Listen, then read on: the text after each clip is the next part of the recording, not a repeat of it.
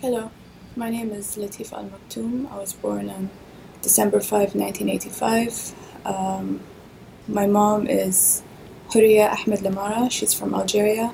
My father is the Prime Minister of UAE and the ruler of Dubai, Mohammed bin Rashid Saeed Al Maktoum.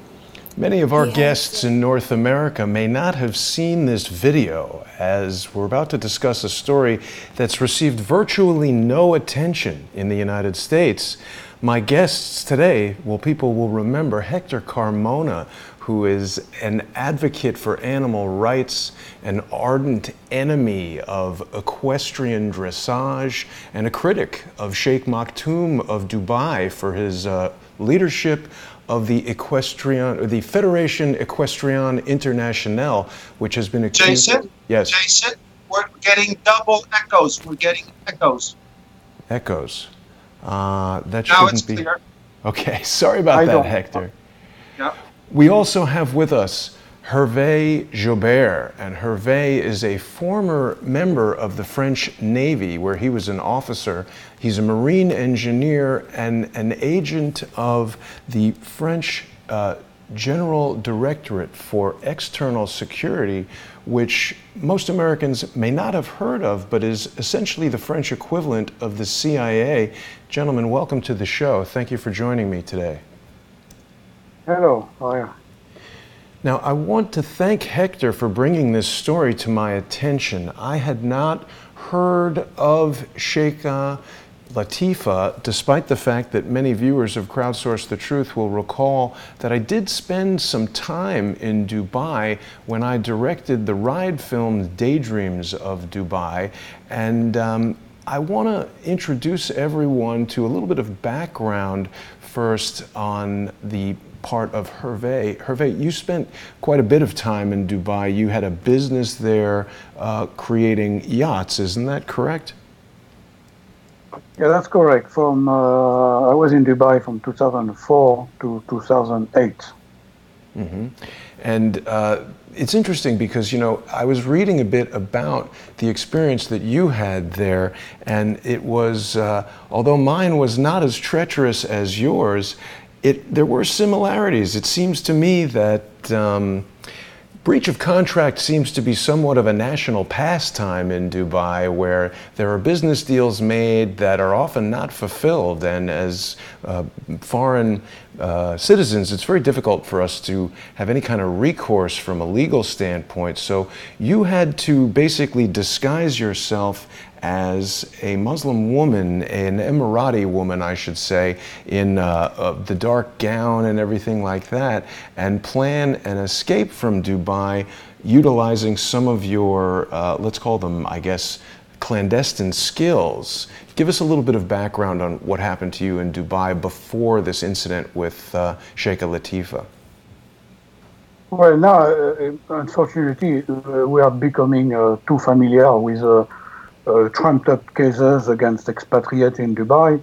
But when I was there, I understood very early that I had no chance to defend myself against those charges. The justice system there is corrupt. You don't have legal defense. You cannot fight against them. So I prepared myself. It took me 8 months.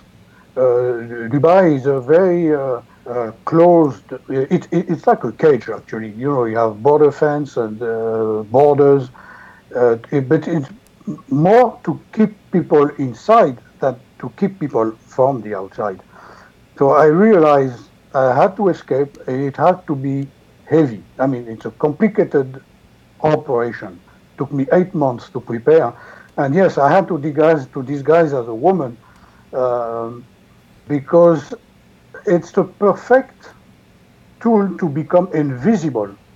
I disguised once like an Arab with a white robe, but then I had grown a beard, so I had suntan, so I could pass for a Middle Eastern. But when they started talking to me, then I realized I could be in trouble because I don't speak Arabic. So then the next day I dressed up like a woman with a black abaya, and that I realized I was invisible. I put myself a little bit overweight, to look like, because, to cover my masculine shape. So I put some, stuff around my body to look like I was overweight. But it doesn't matter if you are ugly or pretty. When you are when you wear that black abaya, you are invisible. You are a shadow. Nobody's going to talk to you. You are invisible. And so you were able to successfully make your way out of Dubai. It's an amazing story that Daniel Craig or James Bond would be jealous of. You had to covertly sabotage a Dubai patrol boat to ensure your escape. And it's truly an amazing story. People can read more and see the documentary Escape from Dubai, which you've produced, that details that incident. So let's move forward to this issue of Sheikha Latifa. We opened our show this morning with an Instagram video or a Facebook video that she had released, basically announcing her plans to escape. She and her friend Tina, a Finnish woman who she had befriended. Oh, I think we might have lost Hector there. Hector, have we got you? Okay. Well, I am here, Jason. Okay. Well, we lost picture on you. Anyway, we'll carry on, Hervé. So you were contacted by Sheikha Latifa, and she planned to meet you out in the ocean aboard the Nostromo yacht, which was your personal yacht, a seafaring vessel with a United States flag. Give us a little bit of information about what the plan was and how everything went. Well, she contacted me first in 2011 after she read my book, actually. So when she read my book, she contacted me. She said, well, since you've done it already, I trust you could help me doing the same. I mean, to help me escape. So that was in 2011. And what the news doesn't say, and what I explained in my book, is that there was actually 3 escape attempts. The last one was the one that made that book. So there was a long preparation and training, because again it is complicated.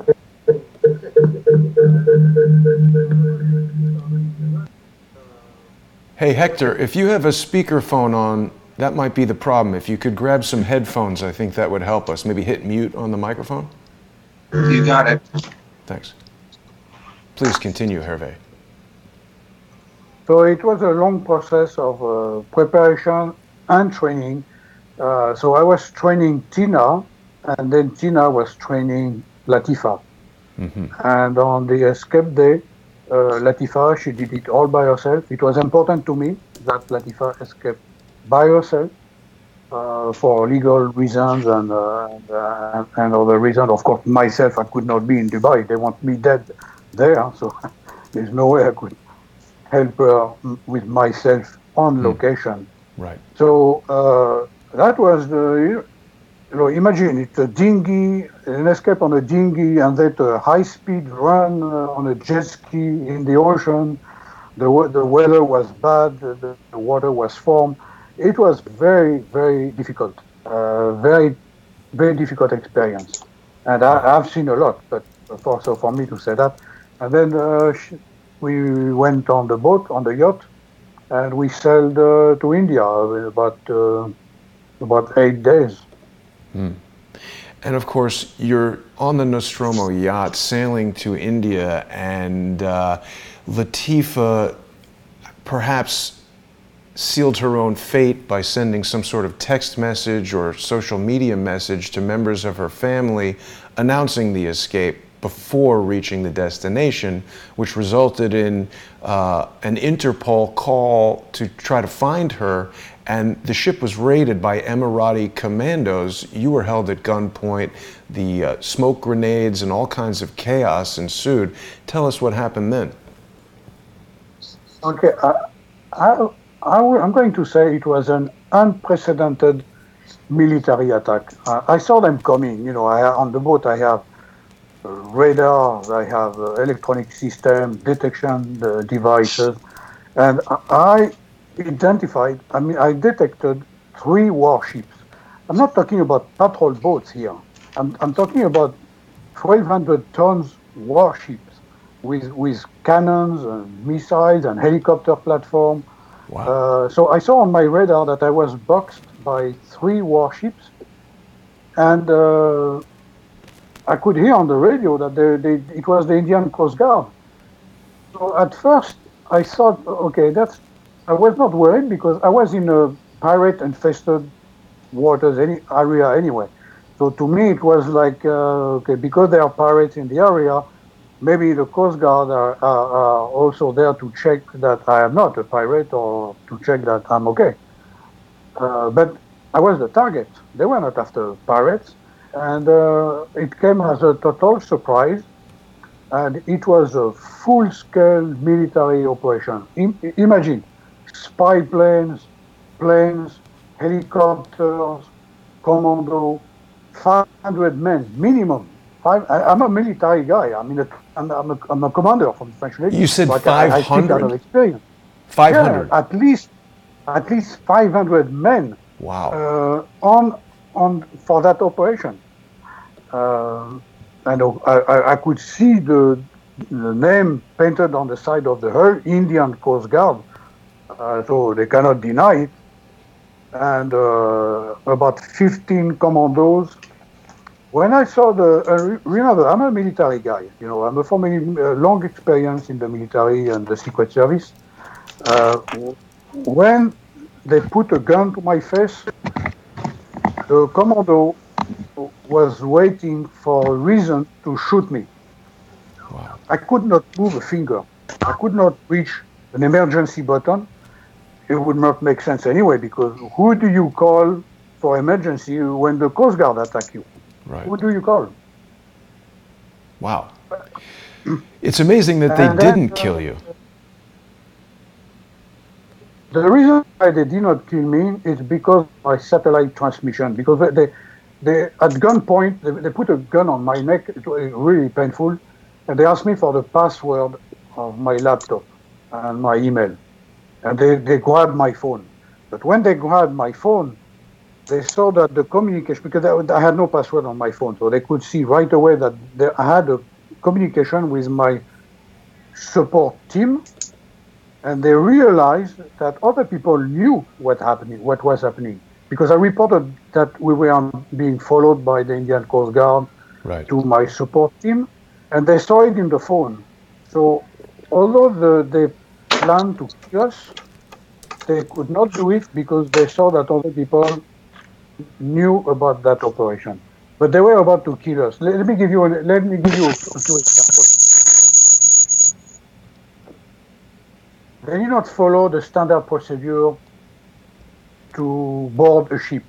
It was an assault, and they had no reason to it. And then they cut up my craft on the boat. You know the inflatable boats that you use in a rescue?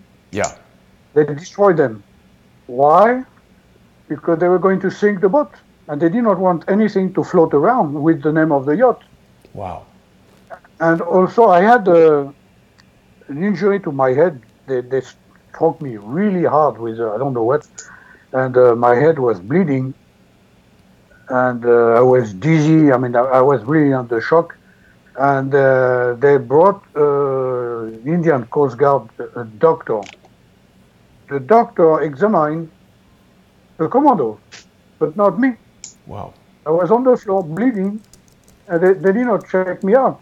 Why? Because the doctor probably knew that I would be dead a few hours later. So why bother? Wow.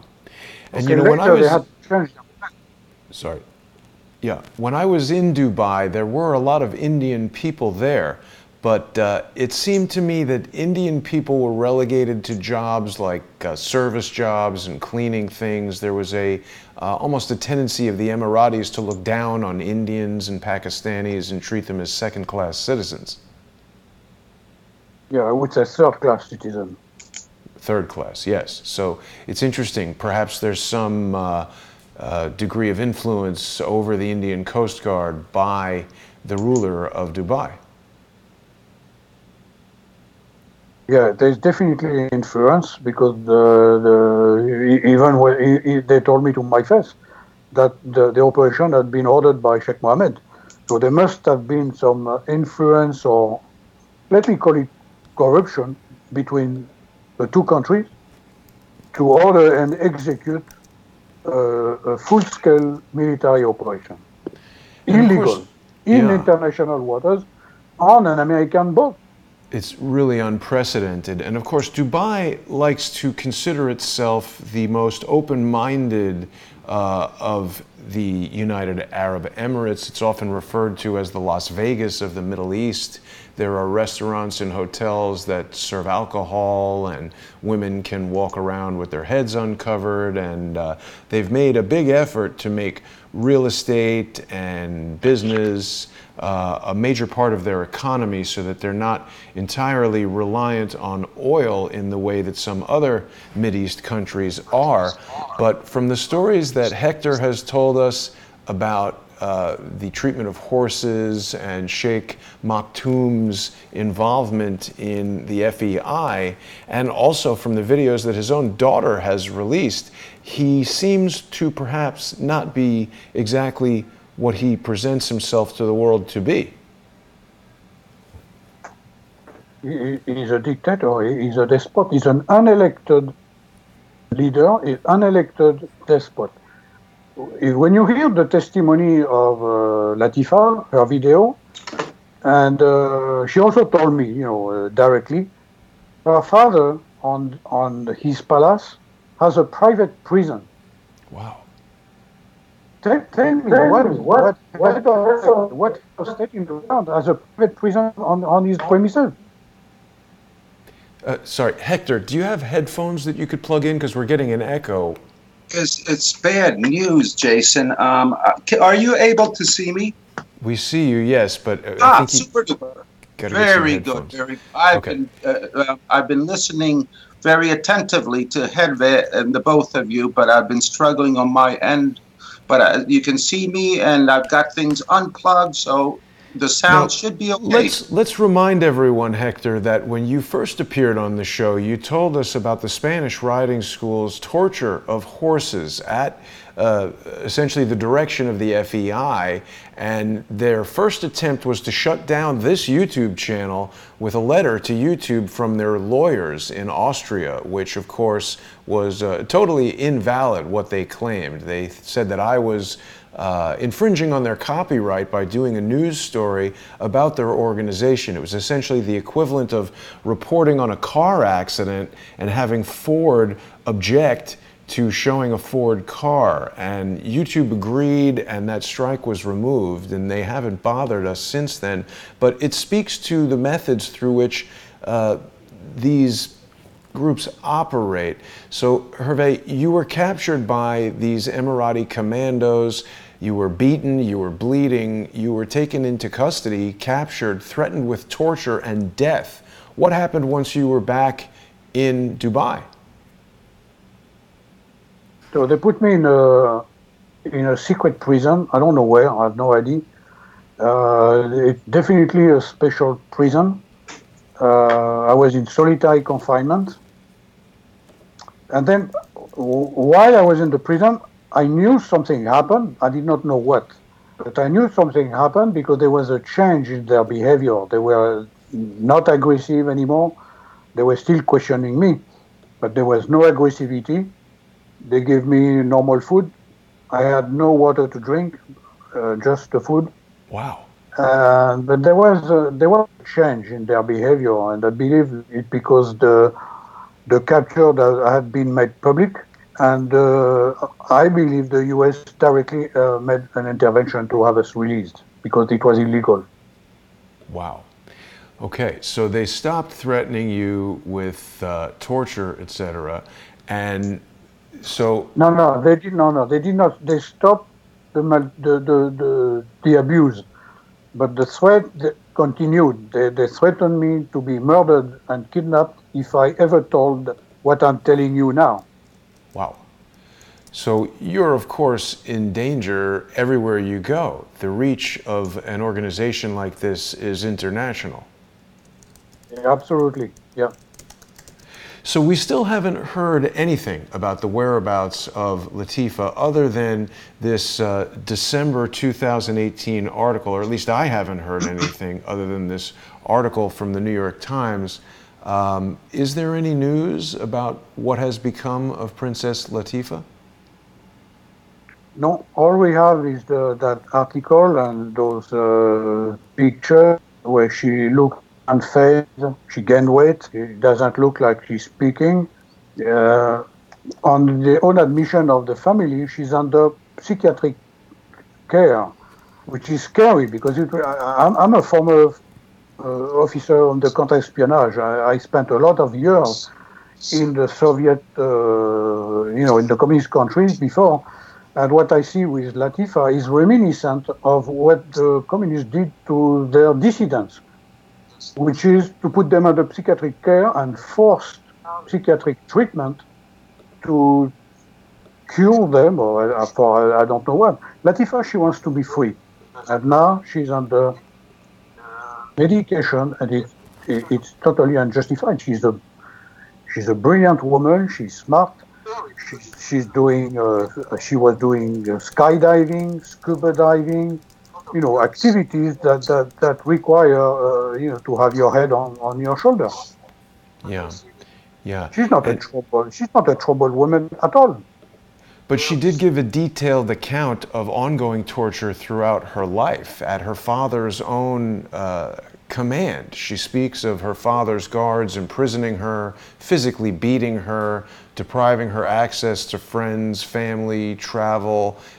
Not the life you would envision for a royal princess of one of the wealthiest states in the United Arab Emirates, but rather that of a political prisoner. And of course, the more outspoken she's become, the more suppressed she's become. You've told me, Hervé, that she's drugged and basically she's just locked up without a trial, no justice whatsoever. It's interesting to me that CNN and the New York Times have issued these fairly positive reports about her status, and it seems to me that the United States is coming under the control of these wealthy international businessmen who maybe have no regard for the Constitution or the laws that we hold dear in the United States and in France and in the rest of the Western world, where simply by investing in these things like Twitter and CNN and the New York Times,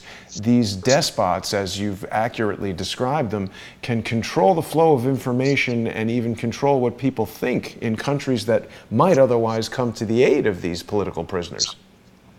Yeah, absolutely. And that's my point of the reason why I'm publishing a book, is to expose that. To expose the story and to expose that those people are not our friends. They use us. They are not our friends. Right. And that book, of course, is Escape from Dubai, or is there another book? It's called Princess Latifa and the Spy. Aha. It's going to be released in a couple of months. Ah, got it. So that book is not out yet, but of course people No, can not out yet. Not out yet. People can go to Amazon and get Hervé's first book about his experience in escaping from Dubai. So, Hector, I get the sense that you want to share something with us. Well, essentially, this is a horrific story that Hervé is experienced and is talking about, and continues to experience. Myself, I also have been under death threats from the Sheikh and from members at the FEI. I did have my car blown up. Yeah. I did have my apartment ransacked and completely torn apart. My visa's been denied 3 times entry into USA. In my travels trying to go to see a famous vet, I was robbed at the train station. So these people are despicable, and they will go to any events. Hector, do you have YouTube? Stop, quiet. Hector. Do you have YouTube running on your computer? YouTube? Some sound is interfering with what you're saying to us. How is that? I just turned it off? Someone's got YouTube running and it's creating an echo in the background. If we could turn that YouTube off, that would be ideal. Okay, I just turned it off, Jason. Okay. I don't know. We're still hearing it there in the background. Yeah, it's not from my end. How about now, Jason? I think it's gone now. Thank you very much, Hector. So please tell us all the... Super good. Okay, I don't know what you caught of what I had just said. Maybe I'll repeat it really quickly. With experiences of Herve, of course, Princess Latifa, and Tina. These are horrific experiences, and they're not over. Okay, we heard Herve is speaking on it. Myself also, I've been under death threats to my face, coming from the Sheikh and the FEI and their members. I did have my car blown up. My apartment's been ransacked and completely torn apart looking for my folders and things. I've been robbed at the train station. My visa's been denied 3 times, entry into USA with no explanation, none. I've been accosted by security at the embassy. It's unbelievable. And this is because I've been speaking out against, well, the story does involve the Clinton Foundation, and it does involve other global elites. That's which an I have interesting proof aspect. of, yes. Donations that have been given into the millions into the Clinton Foundation by different members of the FEI and the Spanish Writing School. Yes, and now we're touching on perhaps the larger reach that some of these international businessmen are able to achieve by corrupting these organizations like the Clinton Foundation. We're looking here at Sheikh Maktoum with the Queen of England, and Dubai has gone to great lengths to create a sort of a public relation image. The prince, who's known as Fazaa, popular on social media, is essentially a celebrity. He is a professional skydiver who I believe has broken many records and is the owner of Skydive Dubai. They're always staging really elaborate social media videos, jumping off of the Burj Khalifa. Of course, Dubai has the famous man-made islands, the Palm, the World. I believe there are more of these things under development, and this is some of the most exclusive real estate in the world. It's quite amazing how they're able to fool everyone. Yes, Jason, out here, I don't know if you can see this. This is the ruler of Dubai with his endurance, and we see here a horse with 2 broken legs at an endurance event. And now I have so many photos on him as well as everyone else. But you see, yeah, they do portray themselves exactly as you're saying, Jason. But if you know anything about the sport or hear Herve's entire experience, that the connections that exist with these global leaders, the global elite, and this is the FEI and the Spanish Writing School. And so we have had this horrendous horse abuse for 19 years with the FEI, where the outcome essentially... The outcome is this. The life expectancy of a dressage horse is 7 to 8 years of age. And we have, I don't want to be interrupting Herve a little bit, but what's important to understand is, you see, with horses have been with us for 6,000 years and have helped humanity to get to the point where it is. And this is the time of no longer having to be in wars. So Hector, is the FEI a vehicle that's used to funnel money to other organizations and perhaps exert influence over nations? I'll give you a perfect example, Jason. Okay, so the Princess Haya was a 3-term president of the FEI. And that... the wife of Sheikh Maktoum. That's correct. And so we have, by that time, the FEI was fully corrupted. The ringleader is a man by the name of Chef Janssen from Denmark. In 2001, he was given a chair at the FEI, and this guy was found guilty of fraud in USA on a fraudulent horse sale. And I have the judge's ruling on that. And so then here he is in a very prominent chair of the FEI. Now, this is the man that took what used to be a wonderful organization since 1921 and has ruined it, run it to the ground. Him and a number of other people just like him who have absolutely no consideration for the welfare of horses. So then, okay, Princess Haya was a 3-term president up until her sister, Princess Aliyah, phoned me. We talked for well over an hour. Within 2.5 months or so, Princess Haya resigned. This is very similar, Jason, to what happened with the director of the Spanish school, Elizabeth Güttler. When I was on your show, the attorneys went after you. Yep. And so then you dealt with it, and they had, what could they do? Nothing. You had done nothing illegal. You're providing news. And so then it was shortly thereafter, within 2 months, Güttler resigned. And now we have a new director who's basically Güttler 2.0.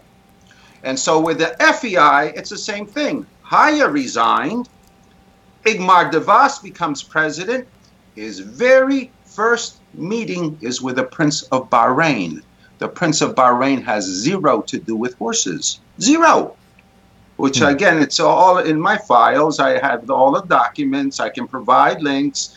And so then what we have, the primary interest with both the FEI and the Spanish Riding School is the acquisition of money at the expense of the horse. And so this what is the how connection to the Clinton Foundation, Hector? The lives of the horses are critical, but I'd like to focus on the influence that Sheikh Maktoum is exerting over other countries.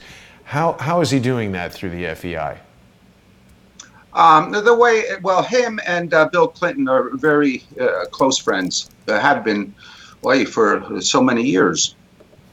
And so then...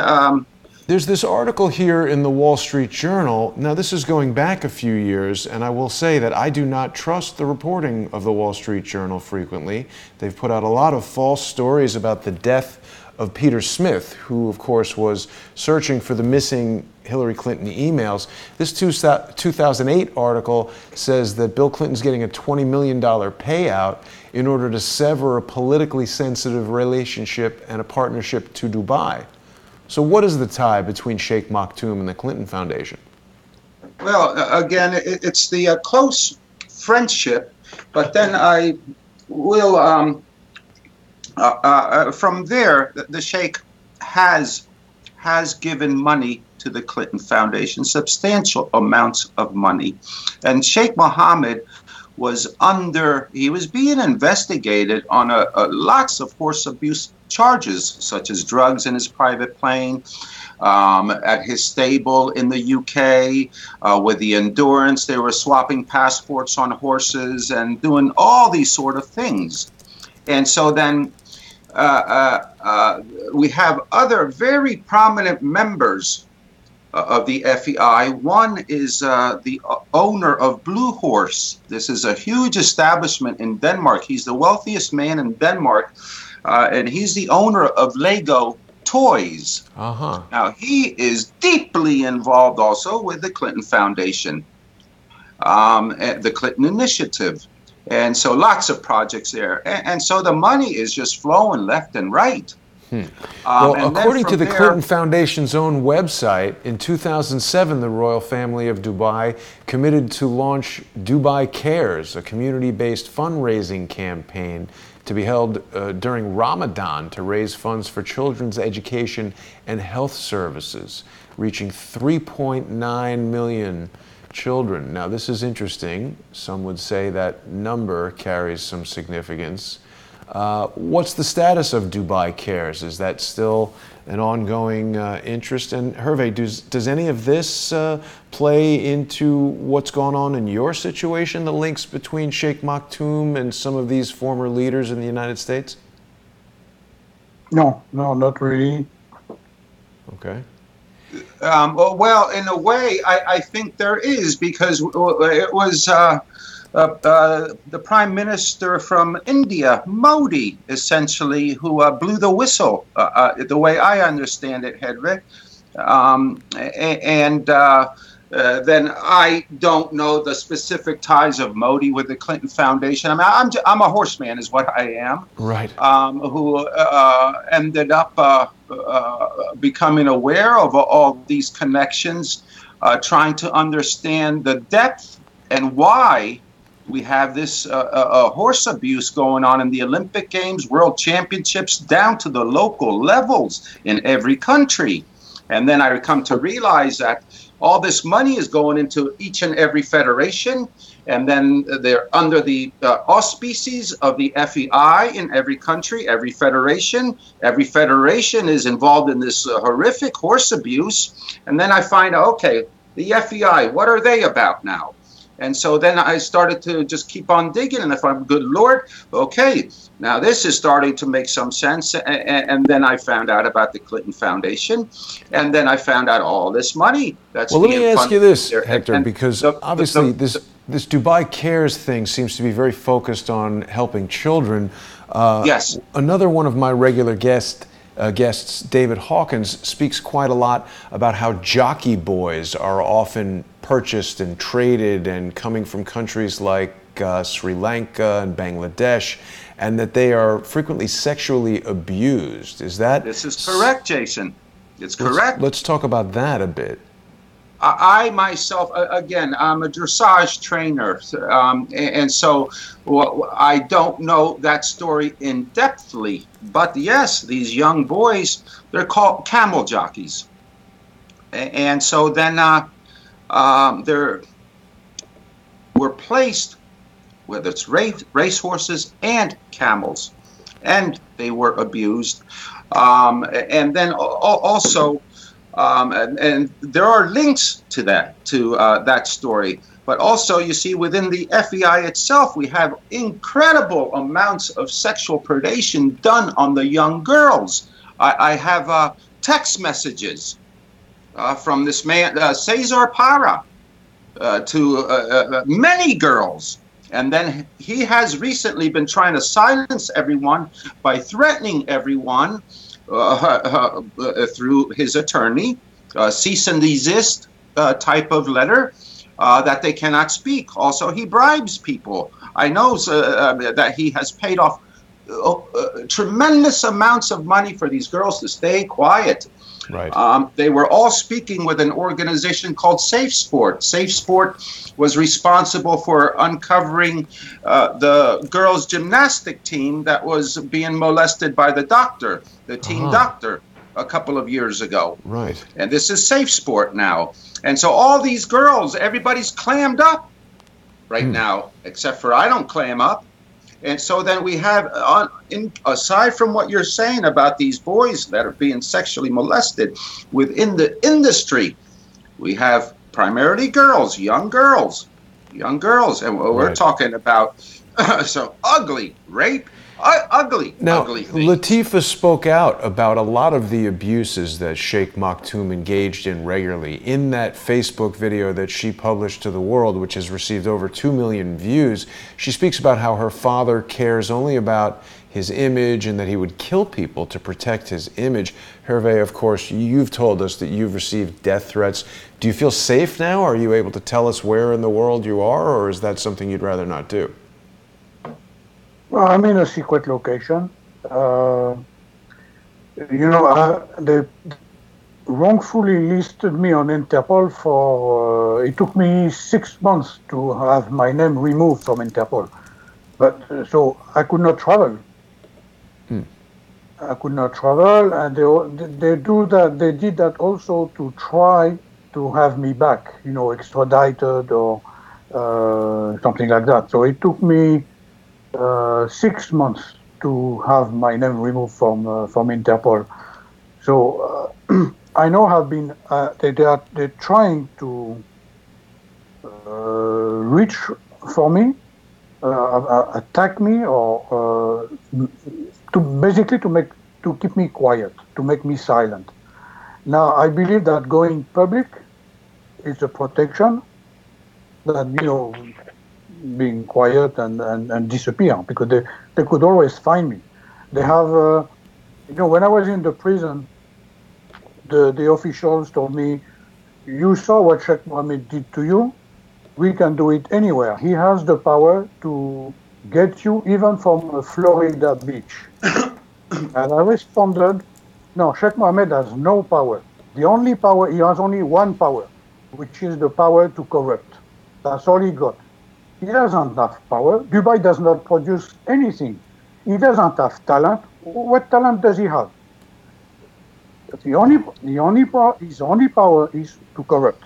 He corrupt the Indians to attack me, a U.S. flag boat in international water. I'm surprised that there's no reaction. Believe me, if an American boat was attacked by Venezuela or Colombia in international waters, that would make that would draw. It could start a war. Yeah, but here, because it's Dubai, nothing. They just brush it off. And when Latifa stepped foot on my boat, which is a U.S. territory, a U.S. flag boat is a U.S. territory. So the minute she stepped foot on my boat, she was under the U.S. jurisdiction. She was under the protection of the U.S. flag, and they snatched her away. And there's nothing, no sanction, nothing. Many people don't realize that the royal family of Dubai owns the entire city. I've seen Sheikh Maktoum's personal net worth estimated at 18 billion, but it seems to me it must be much larger than that. Just this Burj Khalifa alone was constructed at a cost of 1.5 billion, and of course now that it's fully occupied, filled with luxury apartments, there's a Giorgio Armani hotel in there, shopping, all kinds of things. I have to imagine that the real estate value alone of the city of Dubai exceeds $18 billion. You're right, Jason. That's correct. Yeah. But So Latifa's message, what Latifa told me is that we are paying for that, foreigner, expatriate, because Dubai does not produce oil like Abu Dhabi or Saudi Arabia. They don't produce anything. They rely to visitors, tourists, and investors. And Latifa told me if foreigner, expatriates stop paying or stop putting money in Dubai, her father will go bankrupt. An attack on my boat must have cost between $5 and $10 million. Wow. Where the money come from? It comes from people who go to Dubai.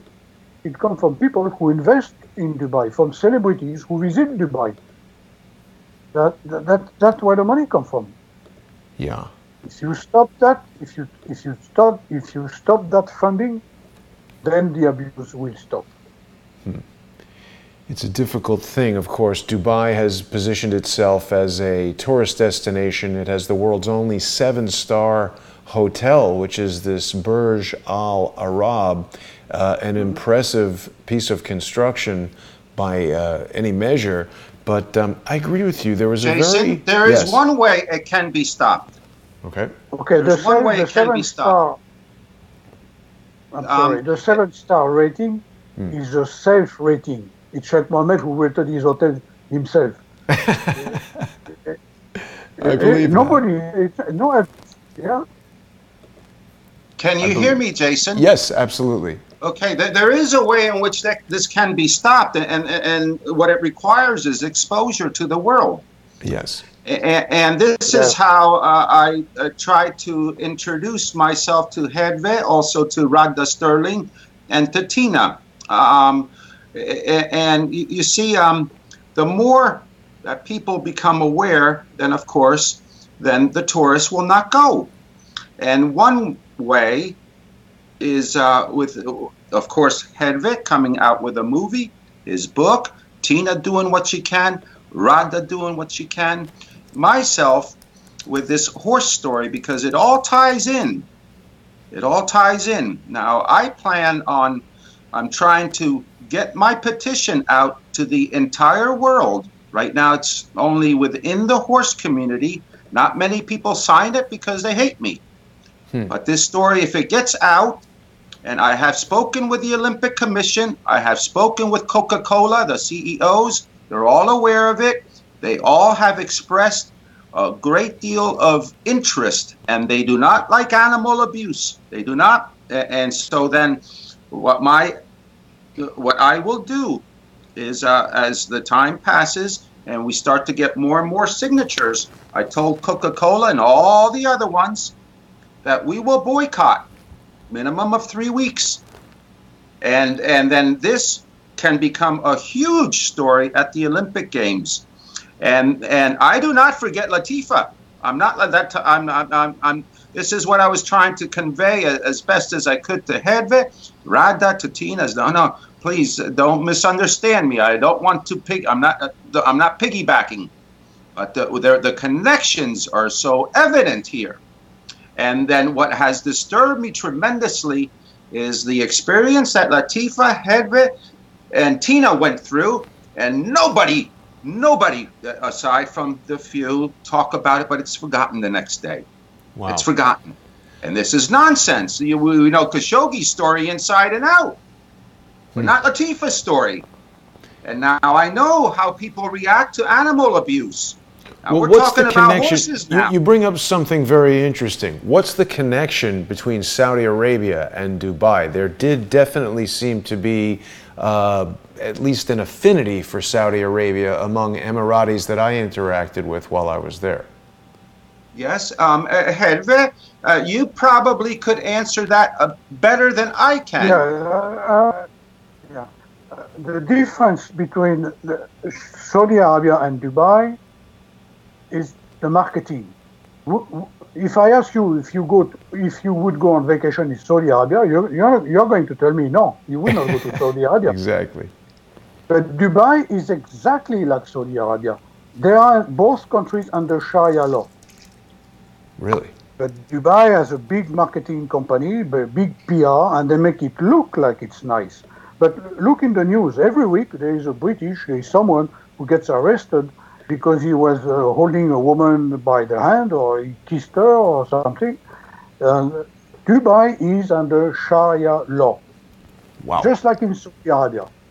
Wow. And I did see this article here from express.co.uk, which is a British news website, talking about 7 things to never do in Dubai. One of the things it mentions right here is sex outside of marriage. People traveling together in relationships who are not married can face jail time for holding hands. Homosexual marriage is not recognized in the country. Donald Trump has recently put out a call to decriminalize homosexual activity around the world. It's interesting. When I was in Dubai, Jason, just yes? On that thought, quickly. Now here we have who is considered the queen of dressage. Her name is Isabel Werth. Right here is her vet equating this horse abuse to a horse having an orgasm. You heard me correctly. You heard me correctly. Right here. And so we're talking about this sexual predation, this sickness. And so now we're talking abuse. Let's stay for a moment, if we could, Hector, on this topic of Sharia law, because it's a major concern here in the United States. Laura Loomer has spoken to us about the revelations of the explanatory memorandum, which is a Muslim Brotherhood manifesto, essentially, that was captured by the FBI during a raid of a home in Virginia, which clearly states in English that the Muslim Brotherhood and its members within the United States intend to infiltrate the U.S. government through Congress and take over, to install an Islamic caliphate throughout North America, destroying the United States government, destroying the Constitution. And now we've had 4 new members of Congress sworn in on the Quran. And I was not aware that Sharia law was in place. That's interesting information, firsthand information from Hervé. What I was going to say is that when I was in Dubai directing Daydreams of Dubai, I was married at the time, but I did notice that even going into restaurants and hotels, there was an unbelievable amount of European and particularly Russian prostitutes who would aggressively proposition me. How do we explain, I mean, is that a way of entrapping whoever they want? Just send a prostitute towards someone, and if they fall for it, they can throw them in jail? It's double standard. It's also to look the other way, to make Europeans or expatriates, to give them a little freeway, a little leeway. But if they get out of control, I mean, no, not to get out of control. If an expatriate gets in conflict with a local, with an Emirati, they will use that against him at the speed of light. Being rude in public is against the law. I'm sorry? According to this article, being rude in public is against the law and can result in jail or large fines. A man was fined after swearing at a colleague over social media, while another was fined for swearing at a driver during a road incident. You know, another thing that I noticed that was very indicative of the level of control exerted over people in Dubai, we were filming a scene with some dolphins at the aquarium there in the Atlantis Hotel. And my phone fell into the salt water and was destroyed, and I attempted to purchase a new iPhone there in Dubai. I was shocked to learn that the Apple video chat application FaceTime is blocked via hardware. If you purchase an iPhone in Dubai, it is just technologically impossible for it to utilize FaceTime, which caused me to consider the possibility that perhaps Apple has implemented some sort of encryption in its FaceTime communications that are difficult. Sorry, Hector, hang on 1 second, please. It's probably got some sort of encryption in the FaceTime application that is difficult for the Dubai authorities to eavesdrop on. Do we have any indications, Hervé, that the Dubai government is monitoring all communications in the way that the NSA does of citizens of the United States? Dubai is one of the most surveilled countries in the world. They have a system called Falcon Eye, the Falcon Eye. From the minute you step out of the plane to wherever you go, to your house, to the bathroom, you are monitored. And when I say that, you know, people say, oh, you exaggerate, that's not true. Let me give you an example. There was an assassination in Dubai in 2010, I believe. A Palestinian was killed by a team of Israeli secret agents. 24 hours later, the police was able to reconstruct the whole operation with the whole pictures, the passport. You could see the agents changing appearance in the bathroom. That's a perfect example that shows you that the entire city, the taxi, when you take a taxi, there is a camera mirror. Yes, and we know it through Messenger, through Facebook, just like your experience, Jason. In my experience, many times I'm unable to use my phone. I have to use Messenger. There's a reason for that. We are being tracked 24 hours a day. Of course. There's an article here in the Middle East Eye that says the Falcon Eye is an Israeli-installed mass civil surveillance system for Abu Dhabi, which is another one of the Emirates in the United Arab Emirates, very closely associated with Dubai. Of course, Sheikh Khalifa is the ruler of Abu Dhabi, for which the Burj Khalifa, which is originally going to be called Burj Al Dubai, Sheikh Maktoum, as I understand it, named the tower the world's tallest by a substantial margin after Sheikh Khalifa as a symbol of honor. Is that correct? No, because Abu Dhabi gave $10 million to Dubai, so they had to change the name. They bailed them out. They So bailed how them do out we, with $10 billion. 10 billion. Ah, So from an wow. intelligence standpoint, Hervé, how do we explain these relationships between Israel, the United Arab Emirates, Saudi Arabia? I thought these countries hate Israel and want to destroy it and vice versa. What's going on with these covert intelligence relationships? No, there's no relation with Israel. They are the enemy. You know, one time I received a package in my company when I was building submarines, and there was some heavy activity. The police was there. I ordered 20 pumps, you know, water pumps. But I did not know that the pumps, I ordered them in the US, but I did not know that the pumps were made in Israel. So when they pulled the customs, when they checked the pumps and when they saw the label made in Israel, it was almost, I almost committed treason. They were about to put me in prison because I had important pumps from Israel. Huh. So is this there's article... no relation with Israel, and No there's relation. no relation with Israel, Saudi Arabia, or I don't believe it. Really? So, but this news article talking about the Falcon Eye, is it fake news then? No, the Falcon Eye is real. But I have not seen the article, so I could not address your comments because I don't know how with the Israeli is involved in the Falcon Eye. I've not read I've not read that article. Interesting.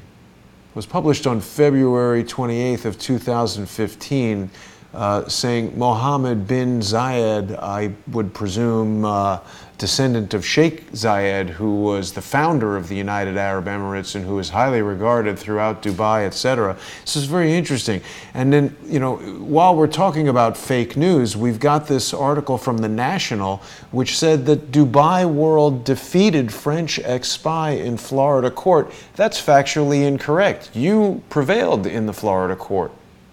Yeah, I prevailed, but of course, the National is under the Dubai censorship. It's owned by Sheikh Mohammed, so of course the article is biased.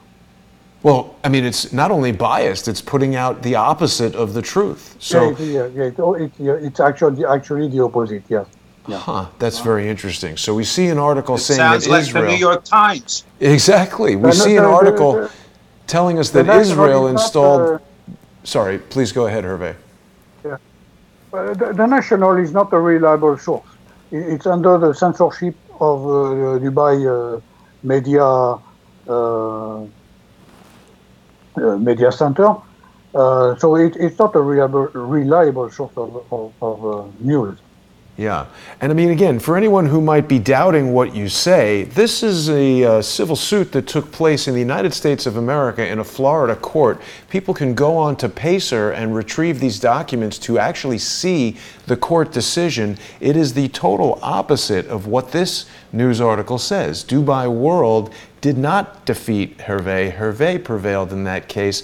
So that's interesting to see an article that is completely the opposite of actual fact. It causes me to wonder if this article in the Middle East Eye is not merely claiming that Israel installed a mass surveillance system, perhaps to foment animosity toward Israel. I would suggest to look to another news outlet or another source, but don't rely on the National. Very interesting. Very interesting. We've heard quite a lot about fake news, and of course, we know that going back to Saudi Arabia, we know that Al-Walid bin Talal owns more than 50% of Twitter, and there's been quite a lot of stories going on in the United States about people who are speaking out against corruption and supporting Jason, Donald I'm one of them. Yeah, I'm not getting banned from Twitter. Yeah, from Twitter, from Facebook. I mean, I heard all the problems that you guys, the alternative media, has faced, and it was approximately 3 weeks ago where I was banned from Twitter. I'm sorry, from Facebook, and then with Twitter, once the ban was, I was allowed back on out of Facebook jail.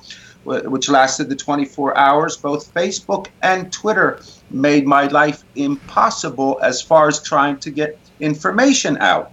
Look, if you are in Dubai and try to dial Israel, the country code, it's blocked. The country code for Israel is blocked in Dubai. Wow. Wow. It's very scary, I think, for people in the United States to hear these stories. I mean, we think we're living in this free society, but we're in a post-constitutional globalist world where these wealthy businessmen and royalty from countries can exert their influence over international corporations and shut down freedom of speech and deny Americans and citizens of other countries the rights that we've come to expect to have to promote their own agendas. Certainly it's not beyond reason to suspect that these individuals could be employing companies along the lines of those we've heard about in the news here. We've heard about Fusion GPS, we've heard about Greenberg, Quinlan, Rosner, PR companies, cybersecurity companies. They could be funding endless numbers of trolls, including people who are here in the comments on this very video, trying to sway the thoughts of people who are watching, just in the same way that the fake news articles published in websites and newspapers around the world that are presented to the unsuspecting as legitimate news sources, but in fact are publishing total lies to smear the enemies of these kingdoms around the country who, in the case of Dubai, are imprisoning their own daughters, torturing, beating, depriving food and water. I mean, frankly, Hervé, the time I spent in Dubai, even an hour without water can put you in great discomfort and risk your health. Dehydration is a major consideration. It's a desert, obviously, over there. This is a harrowing story. And come on, I mean, what kind of father is going to order the torture of his 16-year-old daughter? And it's even worse that he did not do it by himself. He ordered men to do it for him, you know, police or prison guard or whatever. But she was 16. All she wanted is to have freedom and get away. You know, the life of a princess in Dubai is not what you expect. Latifa, when she escaped, she was 32, and at 32, she was not allowed to have friends. She was not allowed to go out to someone else's house. She was not allowed to receive visitors. She had a curfew when she was going out. She was allowed only certain places, you know, like malls or certain restaurants. She was not allowed to go to a hotel. She was not allowed to go to a friend's house. And she had a curfew. She had to go back at home at a certain time. She's 32 years old. How is it compatible with our Western standard? Yeah, exactly. I believe I heard her say, I believe in this video she even says, or somewhere she has said, that she would rather live in poverty in a one-bedroom apartment than in these palaces and have no freedom at all. Yeah, that's not surprising. Yeah, she told me once that she would rather flip burgers, because I challenged her. You know, when she first told me that she wanted to escape, I challenged her because it's a difficult endeavor, and the people who want to do that, they have to be volunteer and motivated and dedicated to do it. So I challenged her, and she said, look, I know I have money, I have an allowance every month, but it's useless. I don't have freedom. I would rather flip burgers in New York than live in Dubai with that wealth with no freedom. Yeah. Yes. You know, yes. And I'll tell you, when I was... Come on, she was not 12 years old. She was Right. 32. And she has a curfew? Come on. Yeah. Yes. And actually, you know, tomorrow will mark the 1-year anniversary since Latifa began her journey, where she escaped Dubai by jet ski, by inflatable boat, where she attempted to rendezvous with you aboard the Nostromo, your yacht that was intended to be her escape vessel. And I would also add that when I was in Dubai directing the ride film Daydreams of Dubai, the producer of that film told me that she was friends with a woman who was married to a member of the royal family. And I believe she was a French woman. She was European, And she basically told me that this woman felt deceived, that when she was being courted by this member of the royal family, it was all fancy restaurants, exotic dates, money, everything she wanted. And now she was essentially a prisoner. She had to stay in the palace, and even as she would travel the world, she would be under guard, in private jets, arrive in Paris, go to the palace in Paris, be locked down there, and that basically all she did was sit around ordering every single item from the Neiman Marcus catalog in every color and every size, and just showering herself with items that she never even used or wanted. But it was such a bizarre life that this woman was leading. It's hard for people to imagine. Yeah, absolutely. Yeah, that's what it is. Yeah. Yes. Well, gentlemen, we're just about out of time for today. Is there anything? If I may, yes, Jason, please, one request. Yes. One huge request. I have this petition, and I need signatures. Please, if you can post it and have all your members. Where can people find that? Please, how should I pass it on to you? You tell me, just tell us the Jason. URL, and I'll put it up on screen, and we'll put it in the comments. Well, it is the WTTPS, it's a change.org petition, and the name is Hector Carmona, Global Horse Abuse by the FEI Spanish Riding School and Sexual Predations. And on my side, for more, if people want more details, you can direct them to PrincessLatifa.com. Yes. Excellent. PrincessLatifa.com. And I think everyone is very curious to know what will become of Princess Latifa. It's extremely difficult to have any kind of communications with her, of course.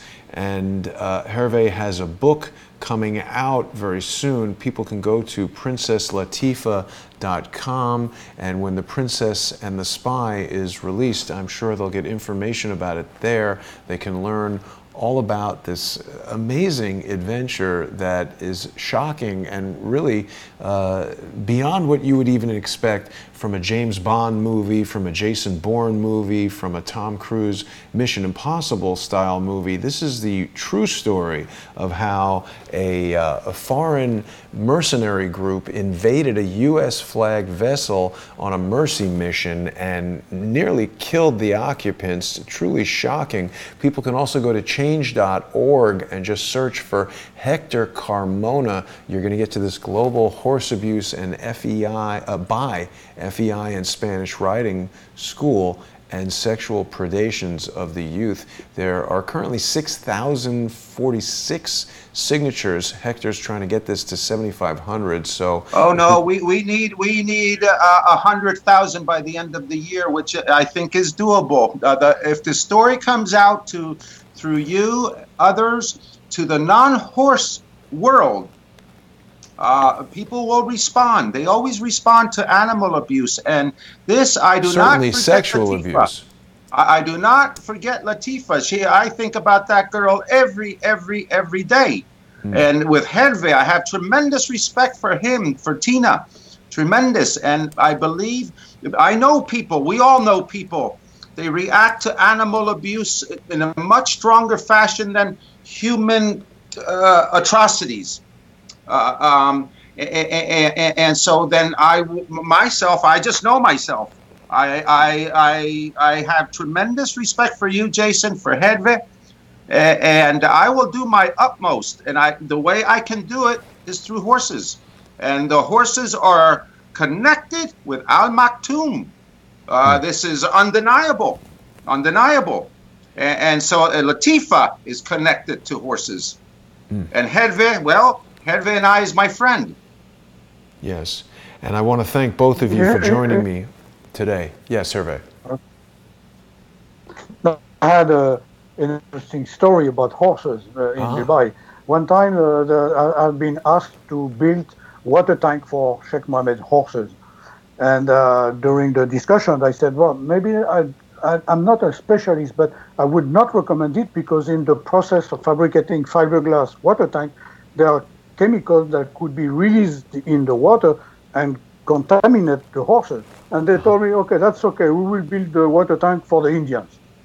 So, right? Wow. So Wow. it was not okay for the horses, but it was okay for the Indian workers. Indian There people. we go. I was shocked.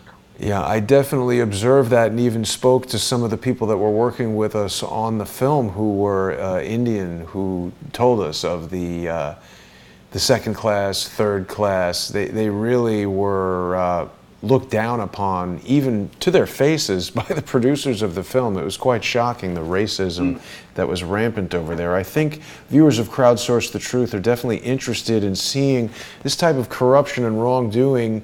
The perpetrators of it need to be held accountable around the world, and I think it's particularly shocking for Americans to hear that our leaders are complicit with some of this. So I want to thank you, gentlemen, for joining me today. This is a very important story. Thank you. Thank you, Jason. Thank you, Jason. Thank you, guys. And I hope that people will pay close attention, and I hope that we'll see some freedom and justice for Princess Latifa very soon. Gentlemen, have a wonderful day. Jason, I have one other question. I am involved in a Judge. Netflix movie now on this. And I know that you have plenty of experience with movies. Later, your free time, I want to run some things past you. I've become very skeptical of Netflix. They've got a tight relationship with the Obamas, and they seem to be perhaps...